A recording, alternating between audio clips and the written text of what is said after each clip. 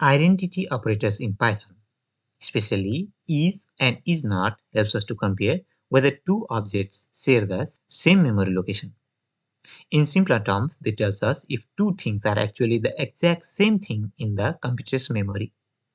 This operator gives true if both sides point to the exact same thing in the memory. Is not. This operator gives true if both sides points to different things in a memory. Let's break it down with some examples. Here we have an example. The list A contains the element 1, 2, and 3. And suppose there is another variable called B, which is equals to A. That means it also contains the list A, 1, 2, and 3.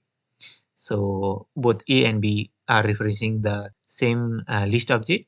If we write result equals A is B, and if we try to print the result or print result shows true.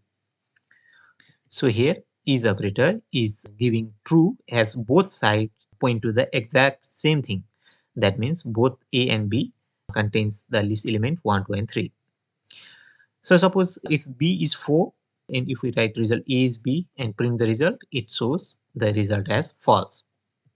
Suppose if X is 9 and Y is 9, and if we try to print the result which says X is not Y, if we try to print it, it prints false. So it is important to note that identity operators are distinct from equality operators, which compares the value of the objects rather than their identities. These operators are particularly useful when checking for none or verifying whether two variables refer to exact same object in the memory.